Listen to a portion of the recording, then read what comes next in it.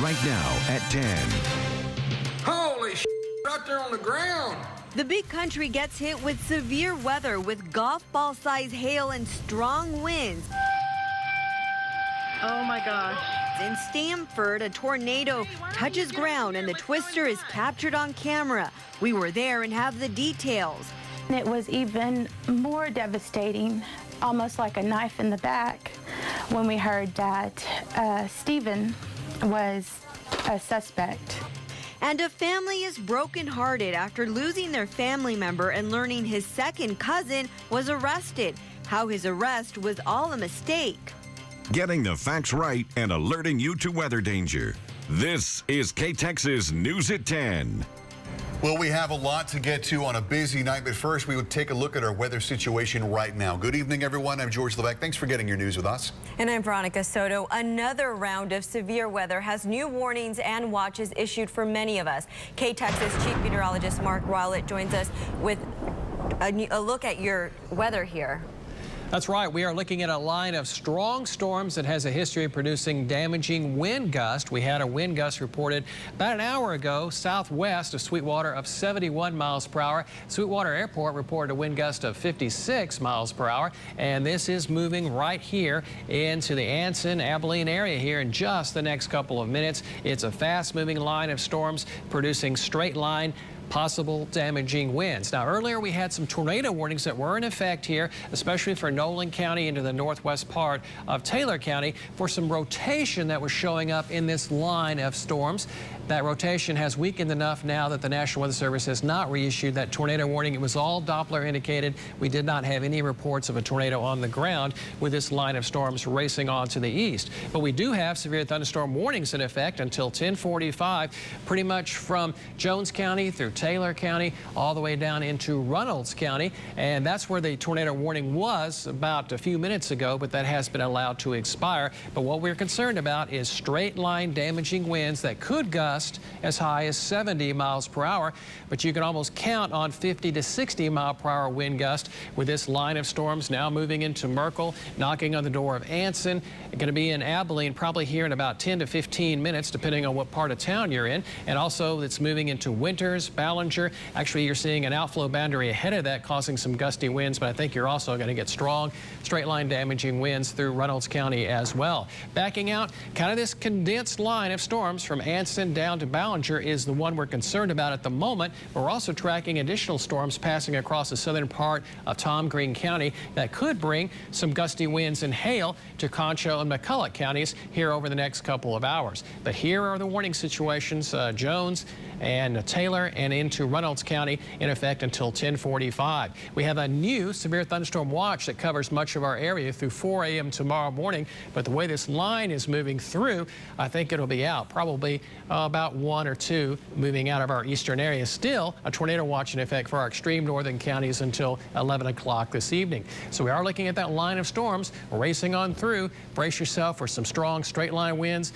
Best course of action, get inside, stay away from the windows, especially those western facing windows, and hope for some rain. We're not really seeing much hail, but some heavy rainfall too. We'll continue to track it, and we'll have more as we come up. Okay, thank you, Mark. Well, we continue our team coverage now of tonight's storms. KTEX's reporter Will Jensen was in Stamford when a tornado touched down just a few hours ago. He joins us now with reaction from some of those who saw it and caught it on camera. Will. George, Veronica, we talked with several people who say this is the first time they've ever seen a tornado in person. Some watched it from their front yards, some took shelter under overpasses, and others tried to outrun the storm in their vehicles. Oh my gosh. At about 6 p.m. Tuesday, the storm hit Stamford. We caught up with several neighbors who had their phones ready to record. Right there. When this tornado formed over a field to the east of town. My kids were in there freaking out, but I was just out there taking pictures, and I was making sure it wasn't coming this way because you could tell it was going that way. My adrenaline was pumping. I was scared, but I was excited at the same time because I've never seen anything like it. We were in that area when the storm hit. We saw people running for cover as heavy rain and pea-sized hail fell, and the sky grew darker and darker.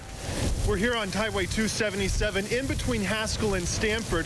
We can hear the tornado siren going off, and as you can see, drivers are pulling off under this overpass, taking shelter. Looks like it might be bad. Are you scared? Nah. Just a little Texas weather. And neighbors say that Texas weather passed through as quickly as it blew in. It was like real huge, and then like it went by fast. Like we just seen it for like a couple of minutes, and then it just vanished. Just hoping nobody got injured, nobody was hurt and everything. So it was crazy.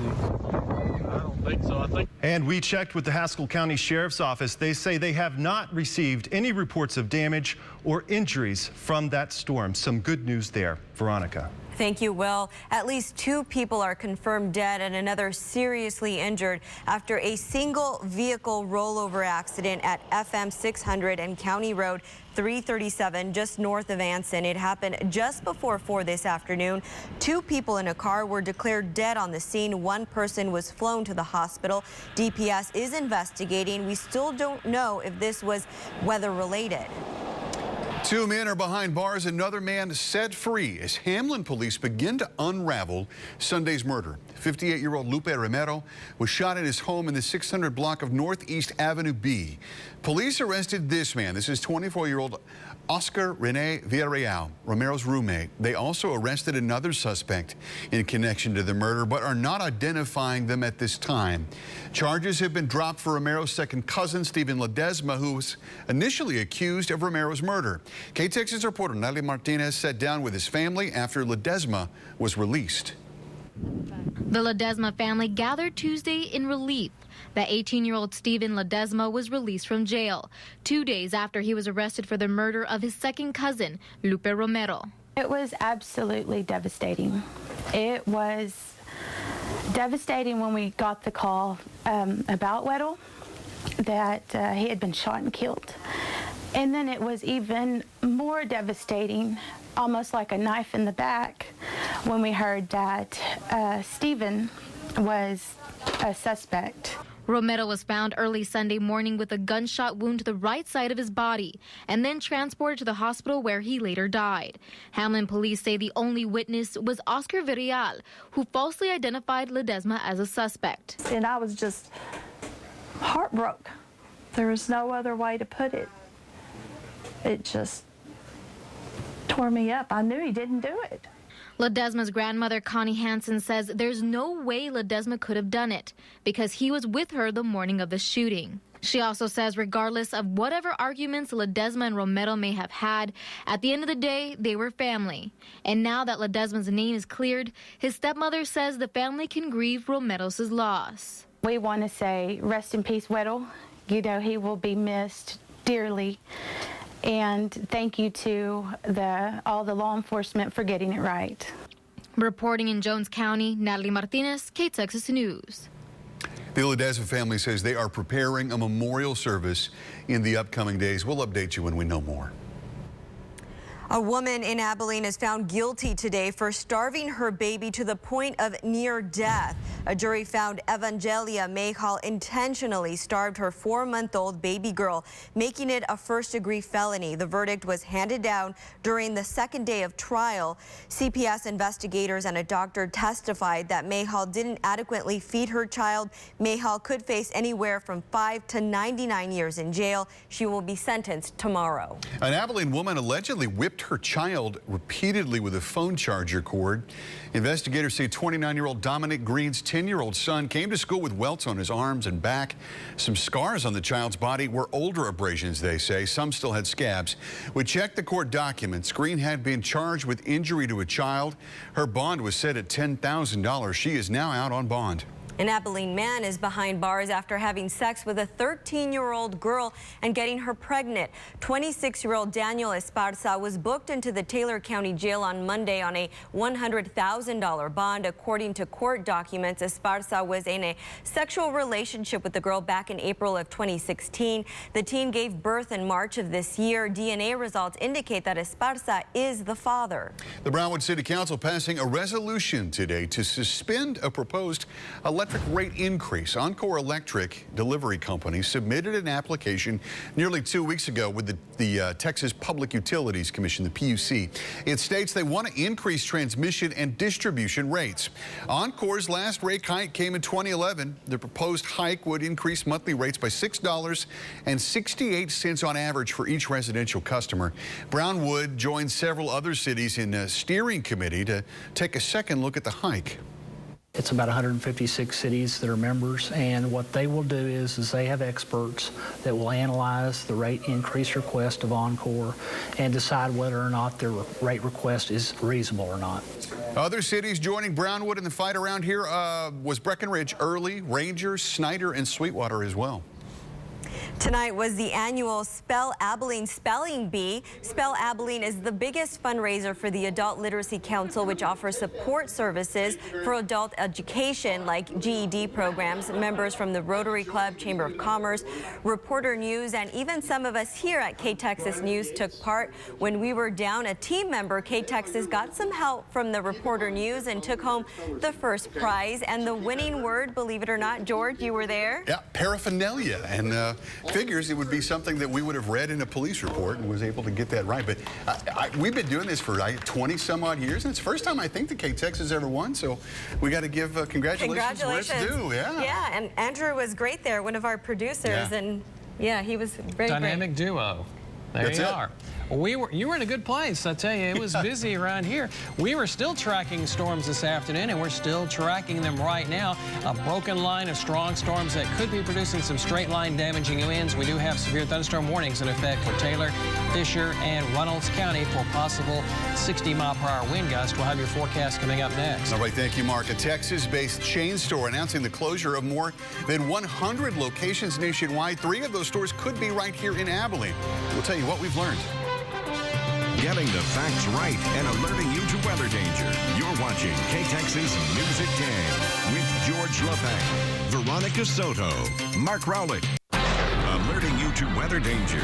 Now, your Storm Alert forecast with Chief Meteorologist Mark Rowlett. Good evening, everyone, and a few hours. I briefly want to say thank you to the meteorologist. You have been here for a lot of hours tracking on air. Megan is here on her day off, and she's been here for hours.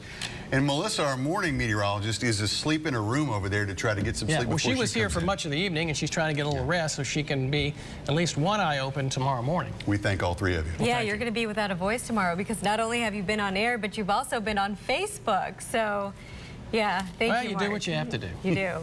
Well, the chairman of the House Intelligence Committee saying today he will not step aside from the investigation into the ties between Trump campaign and Russia. We'll tell you who's asking for him to recuse himself. Members of both parties want the House Intelligence Chairman to explain why he went to the White House alone to review intelligence critical to a congressional investigation on Russia. Today, Representative David Nunes resisted calls from Democrats that he recuse himself from the probe. Democrats see him as too close to the White House. One Republican also speaking out today.